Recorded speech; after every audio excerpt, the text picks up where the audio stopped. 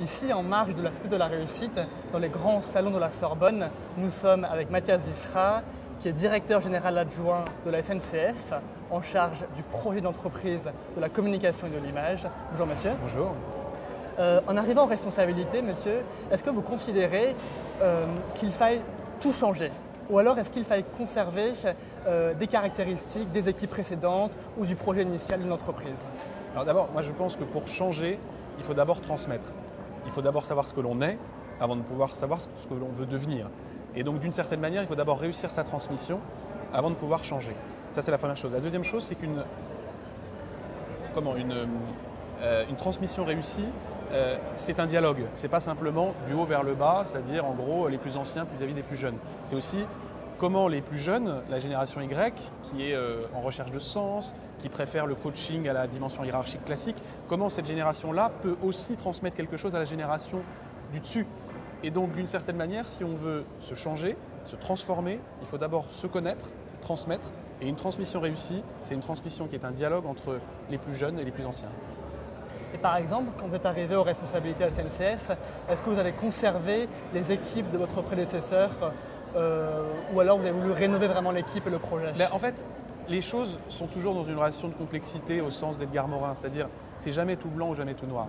Il faut, à mon sens, être dans une espèce de dialectique, c'est-à-dire conserver évidemment la majeure partie des équipes, j'ai gardé les 4/5e des équipes, et en même temps insuffler quand même des éléments de nouveauté pour incarner une nouveauté. Et je pense que ce qui vaut pour l'arrivée dans une direction comme celle que j'ai eu l'occasion et le bonheur de pouvoir diriger et dans une entreprise globalement sur le changement, c'est la même chose.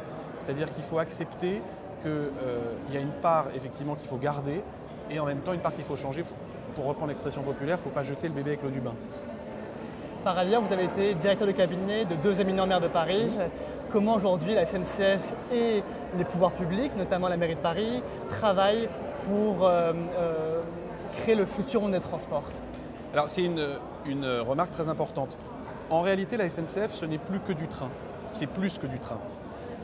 On est présent sur toutes les mobilités. Les bus, l'autopartage, le vélo, le tramway. Le train, ça représente moins de 50% de notre chiffre d'affaires. Donc dans ce cadre très renouvelé et très international, puisqu'un tiers de notre chiffre d'affaires est fait à l'international, nous avons un besoin très très fort de nous appuyer sur les pouvoirs publics et les acteurs au sens large, avec un mot d'ordre qui est l'ouverture. Il faut que notre entreprise, pour répondre aux défis de demain, s'ouvre. Et s'ouvrir, ça veut dire s'ouvrir sur les autres entreprises. On a par exemple fait une alliance avec Blablacar, Transdev et la RATP face à Google. Ça, c'est un point très important. Et s'ouvrir aussi sur les collectivités. Et du coup, moi, le fait que j'ai été du côté de la ville de Paris peut aider, puisqu'on a un besoin très fort de définir nos plans de transport de demain avec les collectivités, puisque un plan de transport, ce n'est pas hors sol. Ça s'incarne dans une ville, c'est raciné d'une certaine manière. Et donc, c'est un besoin très fort de s'ouvrir, donc à la fois sur les autres entreprises, mais aussi sur les collectivités locales. Merci beaucoup, monsieur. Merci.